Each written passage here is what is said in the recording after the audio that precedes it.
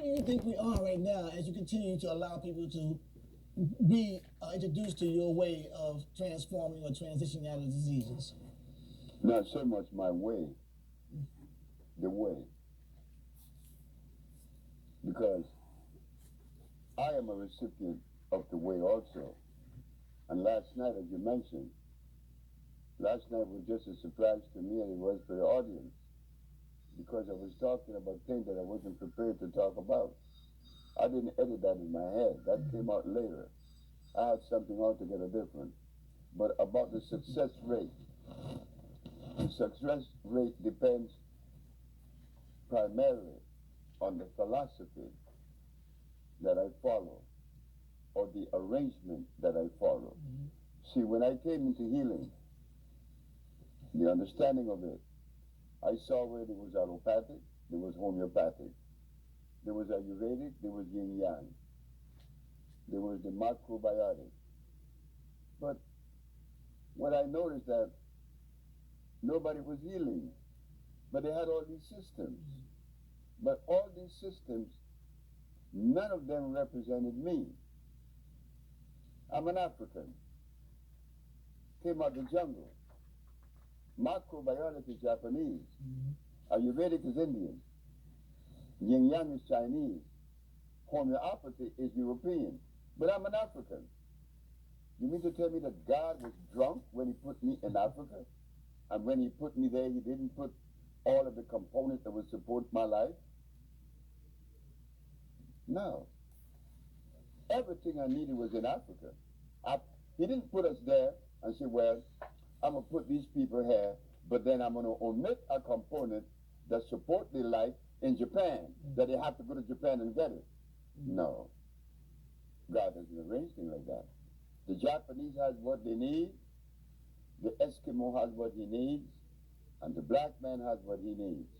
But why is it that being an African, I have to practice the modality of others? Because I have lost my ways. So what I did was to recognize that black woman in the jungle. She had the answer. It seemed as if though when I talk this way, I'm not connecting when I talk about a black naked woman in the forests of Africa. Yeah? But she's the one that set the standards. She's the one that raised the bar. She's the one that lives in an alkali environment. She is the only one where there is a history showing that she didn't have a doctor and she didn't have any medicines. She didn't have any hospitals. Why? She lived in direct compliance with the life process, in direct compliance with the laws of life, in other words. How could she be sick? How could she get sick?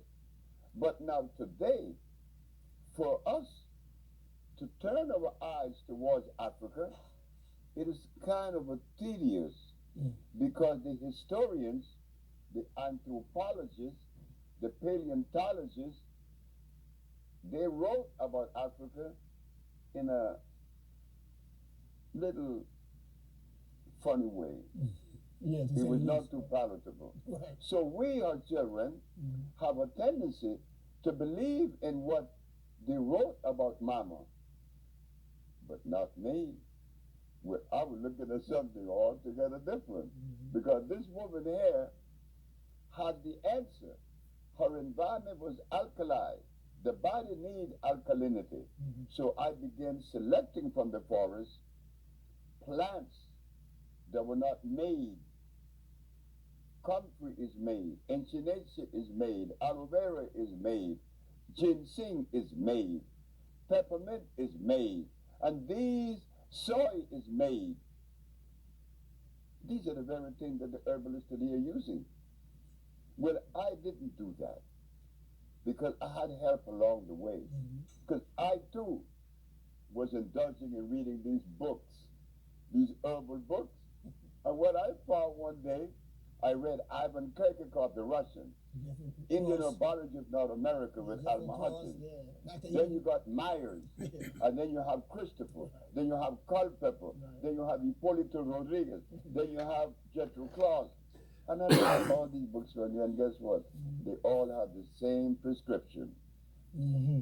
Something is wrong. I want to, because I think one of the things you have said over the years that always sparked my interest, and I felt that it was so logical. And you talked about Imhotep and how we like to brag about Imhotep being the father of medicine. But you also pointed out that shows when we started getting sick. Well, who was the first one to be sick? And the reason why we had to have a father of medicine coming out of Kemet or Egypt is because we were the first ones to introduce sickness into the world, right? By the time we got to Egypt, we were sick. Imhotep I was not the wisest man on the planet. This man opened the human body. If the human body needs to be opened, it will have a zip on it. Right. So he was messing up. So any incision But the Greek right. who went to Africa and saw the Africans swinging on trees, never getting sick, he watched them, that they were never sick. But then he noticed that what they were eating was what maintained their health. And that's when he came up, your food shall be your medicine. Imhotep I was cool for the Egyptians. But we go before Imhotep I. Our life began long before there was an Imhotep.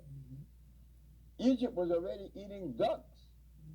Egypt was already hybridizing animals. Egypt became a mixture of Greek, Persian, and African. And this is precisely why Cleopatra couldn't find a black man to marry. She had to go all the way to Italy because she too was one. Because Italy controlled Egypt at some point. This is the thing about Egypt that is confusing with many of us. Well, with me, it was never confusing. Why? Because I could see realities in my face. And maybe I am interpreting this reality my way. And maybe so. But this is what I saw. In 1972, every brother in Los Angeles, under the leadership of Dr. Joseph Ben Jochanan, they were going to Egypt. And I was saying, now what are they going to Egypt for? But they were flying to Egypt. And then when they came to ask me, Brother Kamal said, why don't you go to Egypt, Dr. Sebi? I said, for what? A bunch of stones? But they went. And they came back with souvenirs. But when I went to the jungle, I didn't come with any souvenir. I came back with healing. Right. I came back with Sia. I came back with Kankansa. I came back with Popa. These herbs are electrical. They assimilate. Those who went to Egypt, they came back with these souvenirs. Right. Or a piece of rock. Well, who needs that? So let's talk a little bit about your capacity to intuit what was the best herbs, and how you went when you went to the jungles of the motherland. You were able to tap into that which was necessary for things to help the body to rebuild itself. And that's a gift. I know you can't teach that. You don't know how this is a natural inclination. But it's really interesting that that we have this sense that we go through these curriculums and academia to try to figure out how to become herbalists and botanists and things of that nature. When the reality is that if we are innately engaged in that which is our life work and purpose, and we are obeying Catholic law, then we're able to determine what is our role and how we do that, and things come to you as opposed to you going to it. So was that part of what happened when you were able to go and get a sense that if you look around us and look at our habitat, that everything was there for us to support what we have when we fell victim to Western civilization and its diet? That was something that it was a natural inclination, right? I never look at it as us being a victim. What occurred had to occur. This thing that we call slavery, that wasn't slavery. That was something that had to occur. It was something altogether different. That's a good, because if it wasn't supposed to occur, it would not have occurred. All right? As simple as that. Now, as for me, having the ability to differentiate between what should or should not be, well, I got that through a whole lot of help. I was born in Central America, and I remember seeing certain things. So when I came to America, I began comparing what I saw as a little boy with what was now. So I could see there was a difference. Then being with these black people in New Orleans and in California, I began to develop a different sense of communication with things. But this is what I did. When I would go to Peru or I would go to Colombia, I would go to the marketplace and I would ask the woman in the marketplace, why do you use this herb? And they would tell me. I would go to the marketplace in Africa, why do you use this herb? But they would give me these empirical, historical documentation. Well, guess what happened? I would catalog the herbs, bring them with me, and send them to Lancaster Laboratories, asking them to tell me what is the active ingredient in these plants. And if that active ingredient doesn't associate, doesn't connect with the disease that they claimed that they were using it for, well, I know that they were in error. But guess what happened? Every herb that I got from those people who we considered native, indigenous, when the reading came back from the laboratory, they said, yes, the cancer will affect you sexually. I don't care how old you are, but it has a high concentration of zinc. The other one, which is the SIA, they said it has a lot of potassium phosphate. I removed a tumor from Michael Jackson's son's head. Then the other one from Peru, the one that is called the Condurango. The woman said it's good for your blood. Well, the woman in Honduras got cured of leukemia. But how did they know? I had to send the herb to Lancaster Laboratory because it is the leading laboratory in the world when it comes to biological or biochemical research.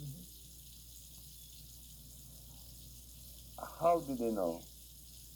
You know how they know? Just like the gorilla know what to eat. The gorilla doesn't have any nutritionists. But you and I, who went to school, who were educated and civilized, we need a book to eat right. We want to worship God, go buy a book. You want to see your way through it, go buy a book. Well, how come these people in the jungle doesn't have all that? Because they are connected. I don't care what degree you may have. If you are cosmically connected, you cannot see. You are blind. And you're going to make a lot of mistakes. And I saw many of us do that. Yeah, and it's interesting that you say that because, you know, we talk about us being people of the sun and naturally and harmonically we are connected to nature and we really supposed to be tapped in, and we are, you know, in large part. A lot of times we have to shut that down. And we have to really resiliently resist what we already know because we actually are trying to assume another culture because we think that because we're in Rome, we have to do as the Romans do, or because of our condition, we're forced to take on those things. And we're afraid to go back to mother because it has the connotation of what we have now left as being something that was savage. You know, we were taught that, you know, that it was savagery. But the fact of the matter is that those who kidnapped those from Africa in divine order, as you stated, knew well that if he kept you far away from that which is your mother, that you would find yourself lost and astray. And I think one of the things that you said that makes me a lot of sense is the fact that when we first were kidnapped and captured, the capturer didn't enslave us, didn't say take a lunch. You know, when he took us far away from that, and then we got here, and then we began to start to consume, for bio-survival reasons, we started to consume the food that they were eating, just so we can survive and sustain ourselves.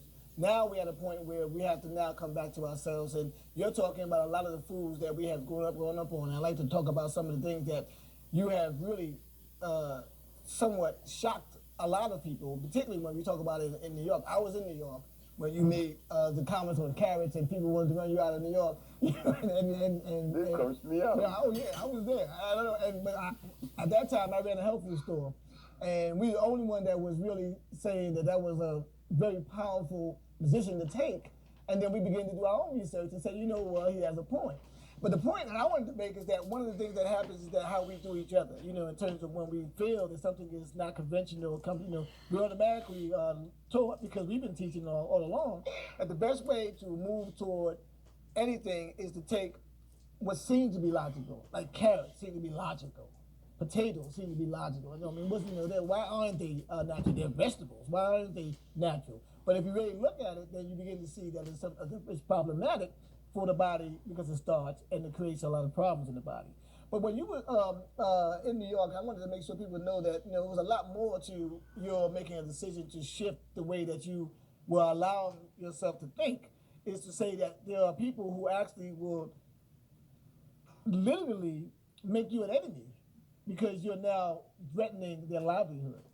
When you were in the States, and you had that case in 1987, and one of the things I think is important for everybody to know that it doesn't really come out. And I think that when Dr. Sebi talks about this landmark case in 1987, he just brushes by it, like it's not really significant, but it is very significant. It's very significant because it's a landmark case. That landmark case also allows for you, as maybe one of many, who could say categorically, if you wanted to, that you care. And they can't touch you because of that landmark case. So, cases, when they go into the Brooklyn Federal Court or Federal Court, they are now used as precedents for moving forward. And no one will stand up and say, well, I'm with Dr. Sebi, because he already has proven in federal court that you can now say that you cure these so-called incurable diseases. And as a result, you have been land-based, you have been criticized, you have been ridiculed, but at the same time, the evidence is in the results, and your results have been successful. One of the things I want to ask you to speak to in that light is what was your capacity to maintain your sense of focus in the face of all that kindness? Because it was rough. No, it wasn't rough at all. No, it wasn't. Okay. Look, and I could see why you said that, and it must have been rough to many people, and it seemed that way. But when I am asked now, you are the second person to ask me that question. And guess what? It was recently that I really saw the case and I got scared. Because later, right, okay. if I was conscious, fully conscious, of what I was doing in 1988, you wouldn't be here now, right? It wouldn't have been done because I've been scared. Right. But I was on a vibration of light that I was focused on one thing, and don't talk to me about anything else. So it was that I was driven there. I was taken there. It wasn't on my own recognizance or my ingenuity or my scientific ability to dissect and analyze. None of that. I don't do that. Fearlessness. It was just that I was under vibration because I was put there. Right. After the case was won and the verdict came back, I still didn't feel it until about 6 months ago. Wow. I said, oh my God. But more than that, I didn't win for me. Right. I win for us. People, right. We, the black people of the world, have the right to select for ourselves a modality that complements our cellular predisposition. That cannot be denied of us. What we did prove in 1988 is that the only therapeutical approach that is complementary to our biological structure is the African biomineral balance against all the yin-yang, the macrobiotic, the Ayurvedic. Man, I don't want to hear that. Because I know that they're wrong. They're using starch and using lactose. And that's, indicative of and also very akin to those cultures that actually are utilizing it. They utilize it for their makeup, and they're doing. They're right. Right, and it works for them, but it doesn't work for us. But one of the things that's important about this case, because I was one of those who was in the courtroom. You couldn't even get in the courtroom for that matter, because the courtroom was so packed. But the point is that the people who were there, this is observers. These are people who were confessing and giving testimonies of the healing, and not just by saying he healed me, like the Jesus of Nazareth, but trust me, it was like that. People were coming in with all manner of diseases and with proof of what they had from the homeopathic. That's right. And they would say, "This is where I was after the cellular cleanses. This is who I am," and they couldn't help but deal with the facts. And so I'm saying, that was just astounding. But you didn't get the same type of press you got, in condemning you. It was it ugly. was horrible.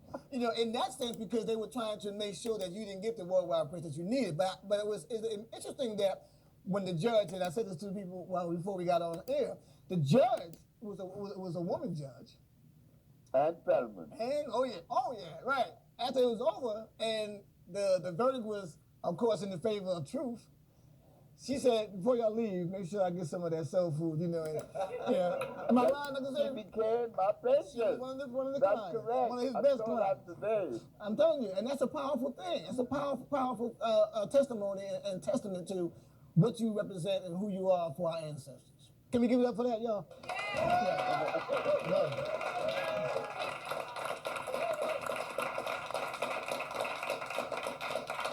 I saw a woman last night that I told something to, and she would verify this. And you guys have not a clue what I'm about to say. That case that I won was a powerful case. The white girl who liked me, and I didn't know it. She called me one night about around 8 o'clock. She said, "Could I come and see you?" I said, "Yeah." She came over, Ruby. She said, "You did something that has not been done, ever." Oh, yeah. Guess what? They already groomed a young lady to obliterate what you did. What you mean? He said, "Well, they already groomed a black girl, and they got a few leaders that is helping." And guess what it was? When I won that case, a week after winning that case, what was the most publicized news throughout the United States and the world? Tawana Brawley was raped. Oh, yeah. I told Annette, Black America never knew that. Tawana Brawley was never raped. But they smothered Dr. Sebi case. But even though they put a lid on it, they couldn't contain it. But I knew that Tawana was lying. I knew that. Annette knew it. I told Annette a week before, all the leaders in America supported Tawana Brawley. Ask them, who raped Tawana Brawley today? They said, "I don't know." Well, what was the noise about? The noise was about covering what Dr. Sebi did. I already knew it. But I had a mother then that was alive, and she said to me, "Look, you did something good, but you're by yourself right now. And it wasn't time. It's time now. This is the time." Now's the time. Well, I will say that that's a startling revelation in terms of those parallels, because you're exactly right. That was around the same time that did occur, and there was a lot of controversy around that. And but to stay on track in terms of what really was taking place, because subsequent to that, you went on, and just a lot of things that, because of his humility, he'll talk about people who has come to experiment with your cellular cleansers, but don't want to tell nobody that they're doing it, And one of the cases that I always find fascinating is the Teddy Pendergrass case. I don't know. Teddy Pendergrass? Yeah. Now, are you aware of Teddy Pendergrass? And y'all know that. I mean, y'all, of course, the crew know. But let me just do a brief overview of that. Because you and I had this conversation many years ago, and it was startling to talk about the fact that all know that Teddy Pendergrass had a tragic accident where he was paralyzed from his neck down to his feet. Only thing he could do is move his mouth and his head. He found out about his wife, found out about Dr. Sebi, because, he's buzzing all in Hollywood. I mean, he's coming down to the people, but he really is buzzing all in Hollywood. Everybody know about who he was. So the case that I find fascinating is that Teddy Pendergrass at that time couldn't do anything with his body. His body was totally disabled. He came to Dr. Sebi, and Dr. Sebi, in his humility, and I'm gonna speak more for him because he's modest about this, that he didn't even at first charge Teddy Pendergrass. Now he knew Teddy Pendergrass had money, so he didn't. He just told Teddy Pendergrass, "Here, you pay me when when it's over, when you finish." That's what I did. Oh yeah, and sure enough, Teddy Pendergrass started taking the compounds, and the way he determined that he was doing well is not just because he began to started feeling pain, and when he was feeling pain, he began to say that something's wrong with this because he's feeling pain. Now, just keep it in mind, y'all, that he couldn't feel nothing previous to that. Now he's even feeling pain, so now he is now questioning because he has in his ear Ayurvedic. I think he had an Indian doctor in his ear who felt. You remember that?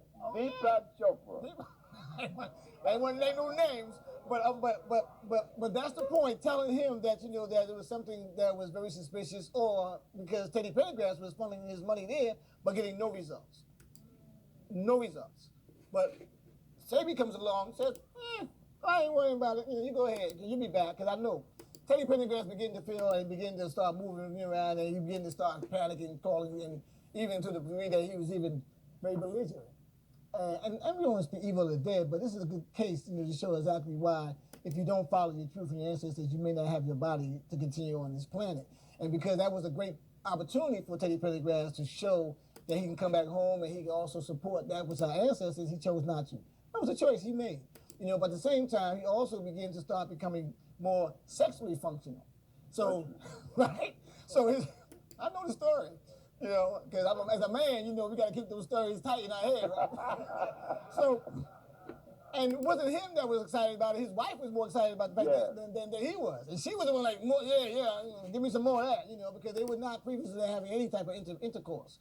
However, Teddy Pendergrass began to feel pain and began to start saying that, when he was actually now going to the bathroom, he was it was too excessive because he couldn't go to the bathroom either. He was using, he had a little pouch. It's kind of gross. I know y'all getting visuals and stuff, but keep it up, right? So, and he began to not go through this process of feeling that something was wrong because he kept going to the bathroom. He didn't want to go to the bathroom. Now, mind you, you only go to the bathroom when you have to. I mean, if you ain't there, you ain't gonna go, right? So now he's going to the bathroom, removing all the mucus and the sludge out of his body, and he's beginning to now feel again.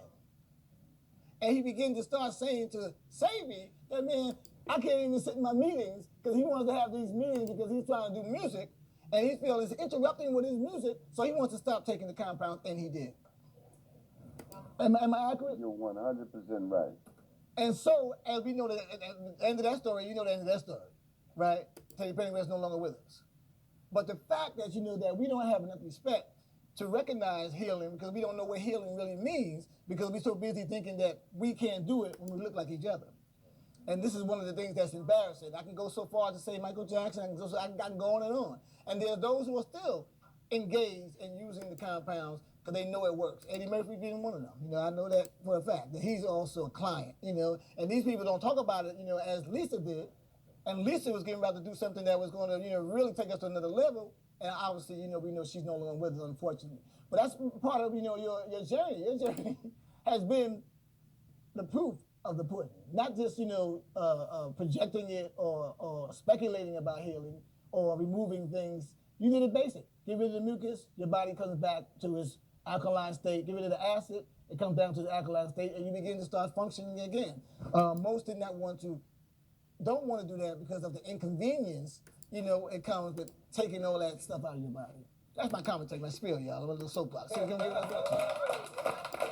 So, facts are what they are. But I really want you have to have a resilience that you have, and Dr. Sebi, and we give thanks for your spirit, and your sense, your knowing, and how you move about.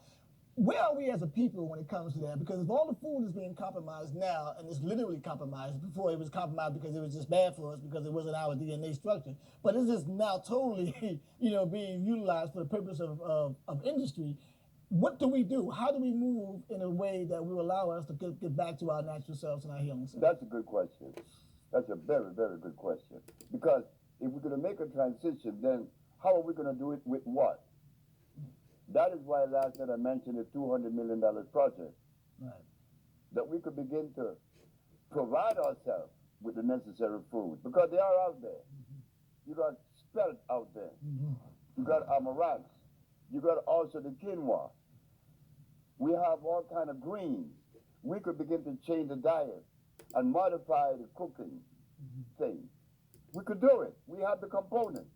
The components are there. And there are sisters that knows how to prepare the food.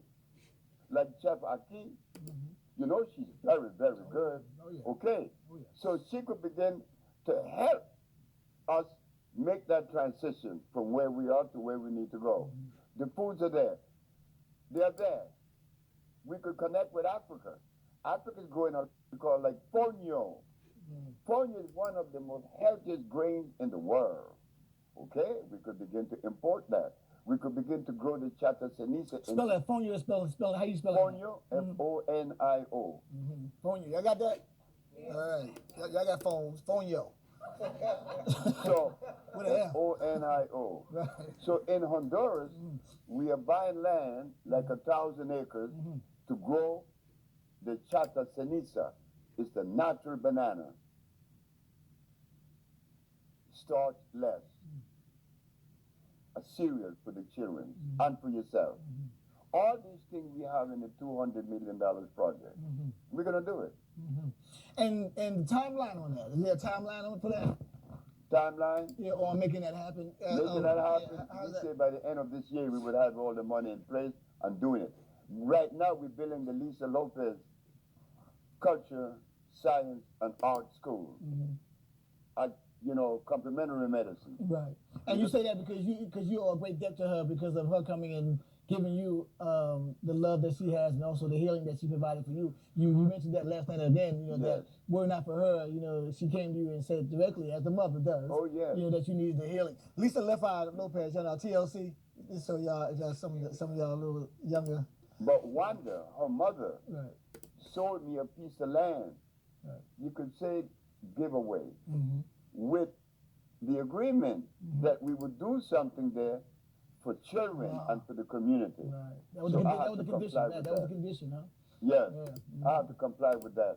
And I'm glad because Lisa was a wonderful person. And she was in Honduras when she met her tragic death, That's right? correct. Right. And she That was is there correct. working with you at that Yes. time, and helping. And she was getting ready to go and let the hip hop community or her, to know about the importance of the cell food, the cellular, right? And unfortunately, we lost her. We conspiracy theorists. I don't trust nothing. You know what I mean? But we got to be able to say that everything is divine order and help something to spare something else. Because sometimes we can't do it, while we're on this plane.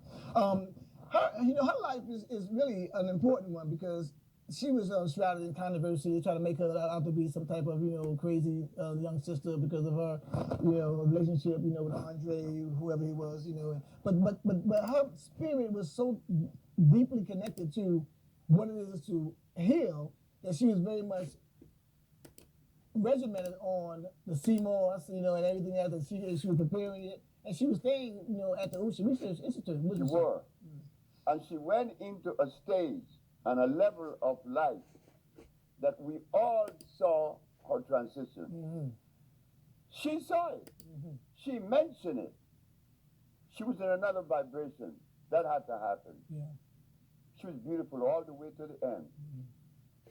She told me I was sick. Told me I needed healing. And she was right. She brought an energy to the village that improved the village. Bumped up the vibration of the She was village. very good. I miss her very much. Lisa Lopez, Lisa Left Eye, left her mark. And we're going to do something for her in the village. Her honor, right. So we, Give it up for that, yeah. That's good. Right. but you have a very good memory. Oh, yeah. You know, I think I take You my, remember it very well take my because soul when food. Teddy Pendergrass' feet was hurting him, Yeah. that was never supposed to happen. Right. You know, why my feet hurting? Was it hurting last week? You know, but that's the ignorance. You know how ignorance is really. He didn't know. He didn't know, right? Ignorance means to ignore, really, because he was ignoring the fact that he was actually on his path back, and he probably couldn't fathom because he thought that he may have been stricken to that wheelchair the rest of his life because that's what they tell us that these things are incurable. They don't realize that you need to go inside or in and see you are able. That's a word sound, y'all. Take your time and do the alphabet.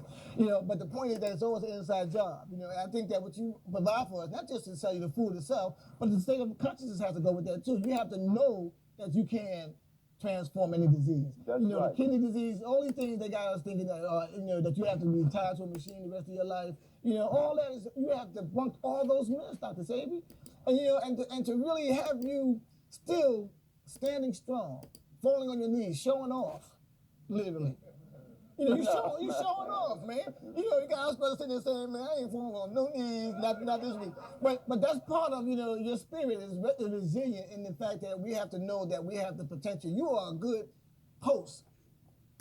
signpost for what we know we can aspire to be, brother. And I want to thank you for that. And thank you for giving us a living example of that. Because without examples, we just conjecture. I hope I can grow up and go old and be 82 and have a baby at 11 months old and that kind of stuff. I mean, it's just thing you dream about. You know what I'm saying? But that's a powerful testament of your strength and your will and what the self food does, because you are a living embodiment of that. I got it from you. Again, I was on that vibration because I am the individual that didn't go to school. Right. I'm the individual that didn't have a future. I'm the individual that didn't even care about a future. So why did this happen? It was supposed to happen. It's as simple as that. Not that I'm wise, because I don't have any wisdom. I don't know what wisdom is. People tell me they got wisdom and knowledge, but I made it through and I missed it. Yeah, what is that? What is that? I don't know what it is. It sounds sweet though. It sounds good, something good to have, but at the end of the day, you can't produce what it is based on proof, based on results. You gather information, right, you store it, then you recall it. Use it. That's not wisdom. But why do I have to store information? Right. When I was in the jungle, I didn't have to store anything. Right. I was connected. Right. I just acted. And I was on time. Now, I had to read a book. Oh, look, so many calories a day. And I need these enzymes. Oh, and what about my protein? Protein? Right. What's that? What I is don't know. protein? Does protein really exist? Does it really Protein? exist? What is that? That's a word. It sure is. And everybody thinks it's existent. It doesn't exist. When I asked Dr. Steinberg at the Washington Pediatric Hospital, Dr. Steinberg, you said that I didn't give a kilo stout and a protein. I don't know what is protein. Do you? She said it's one of the 19 amino acids, the building blocks of life. Well, they have these very arranged philosophical answers for you. I said, ma'am, So very arranged. just cut to the chase. Right. Is it electrical? Right. I don't know. I said, well, look, hold it. Yeah. Protein is your premise. Is it electrical? And you don't know. Why do you ask? Because the human body is electrical. Body electric, right? The human body is electrical. And the food has to be electrical.